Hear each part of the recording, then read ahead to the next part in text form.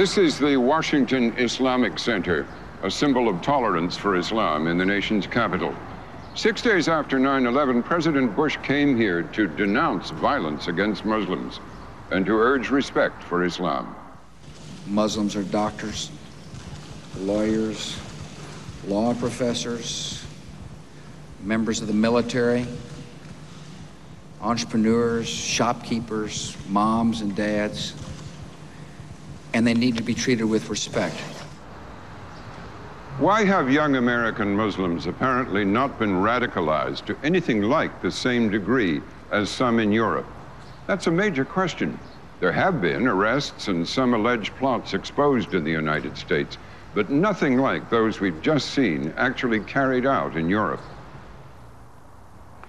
What is it like being an American Muslim, particularly in the years since 9/11? For Crossroads, 4 correspondents from the NewsHour with Jim Lehrer look at the lives of Muslim Americans.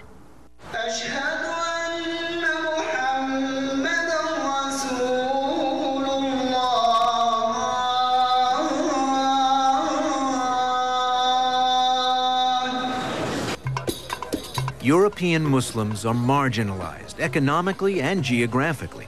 They often live in huge housing tracts on the outskirts of cities. They are an underclass compared to the relative affluence of Muslims in America. I think the reason you don't see extremist rhetoric in the American Muslim community is because American Muslims feel like they have a place in the society. They can speak out, they can have impact, they can vote. And they can organize. Ibrahim Hooper is spokesman for the Council on American Islamic Relations, or CAIR, in Washington. CAIR is an advocacy and civil rights organization for Muslims. A Muslim woman in Turkey cannot go to university wearing a headscarf. But we have the Justice Department here coming in to defend a Muslim girl who wanted to wear a headscarf to school. So it's a completely different situation. We feel we have the law on our side.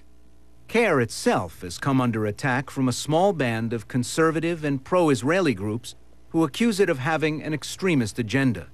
There have also been claims that some members of CAIR have terrorist links, but there have been no charges linked to CAIR itself.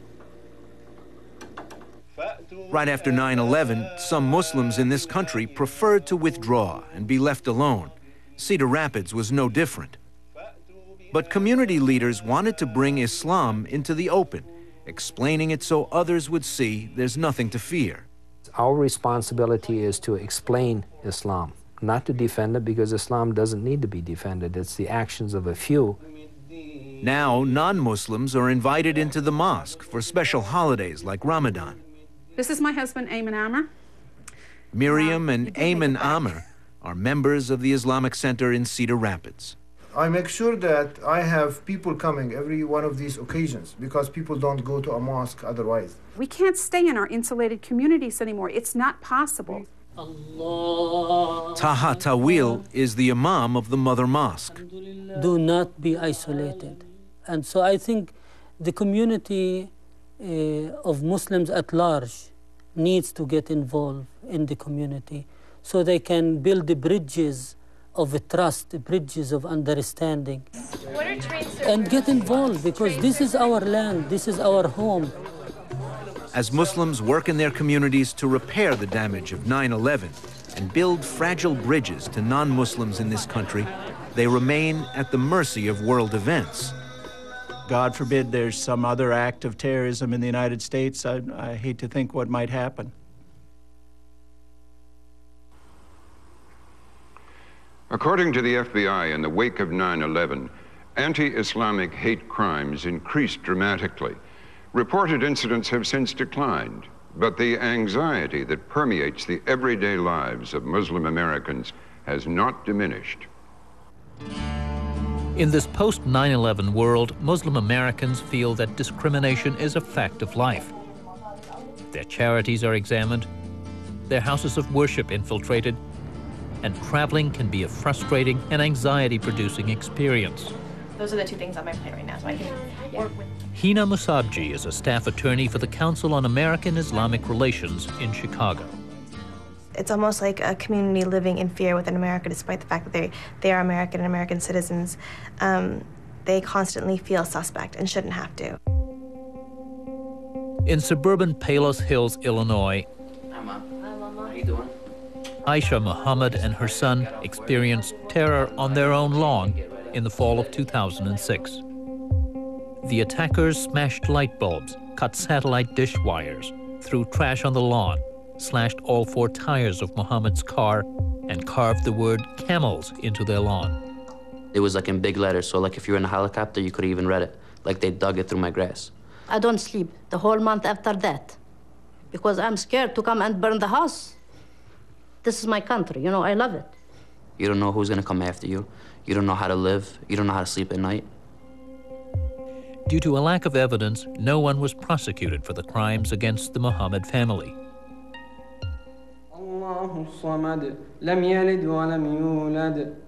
Loyola of Chicago College Jr., Osama Abdullah, was targeted simply because of his name. In April of 2006, a University of Massachusetts student tormented Osama through the popular interactive website Facebook. He threatened me that I will die, I will end up dead. He told me I'm a sand nigger. 5 days after he received the first email, Loyola security suddenly pulled Osama out of class. When they came and they took me out of class, I thought it was unfair and unjust. For Osama, mainly the thing was he was embarrassed and humiliated in front of his peers. The FBI arrived. The UMass student had contacted the National Security Agency, alleging that Osama had plans to blow up the Sears Tower. Chicago FBI agent Rob Grant. We have the mandate to leave no stone unturned. We literally have to investigate every lead that comes in.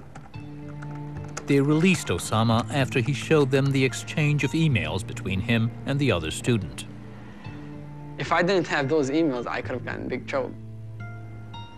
The Massachusetts student pled not guilty to a charge of maliciously conveying false information and is out on $10,000 bond pending his trial. I think what is special about Osama's case is that it could happen to almost anyone. Every time I go to the airport, sure, I might pull aside, yeah, because there might be something hidden in my hijab. And as long as they're gonna pull over the lady behind me with the wig, because they're as capable of hiding something in their hair as I am in this thin little head covering, then I'm fine with it, but that's not the case. In February, Homeland Security launched TRIP, or Traveler Redress Inquiry Program. It's supposed to help individuals who believe they've been mistakenly identified for additional screening. But as we saw in our own brief test, there is a human element in all of this.